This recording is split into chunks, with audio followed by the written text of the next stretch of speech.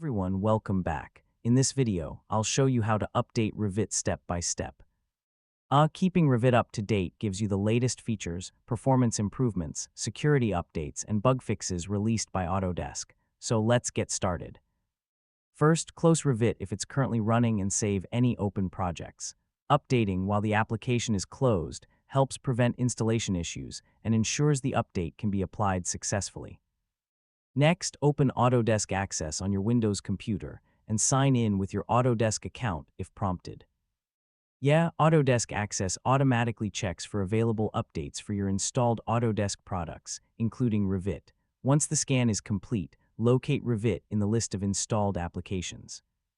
If an update is available, you'll see an Update button next to the application. Click Update to begin downloading and installing the latest release or hotfix.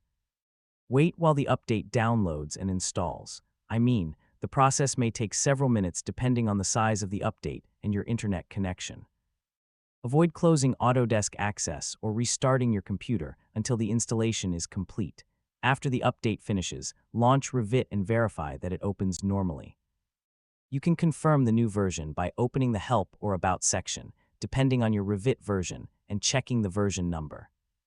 Finally, open one of your projects to make sure everything works correctly with the updated software before continuing your regular workflow. And that's it. You now know how to update Revit and keep your Autodesk software running with the latest improvements and fixes. If this tutorial helped you, don't forget to like the video, share it with your friends, and subscribe for more easy tech guides. Thanks for watching, and I'll catch you in the next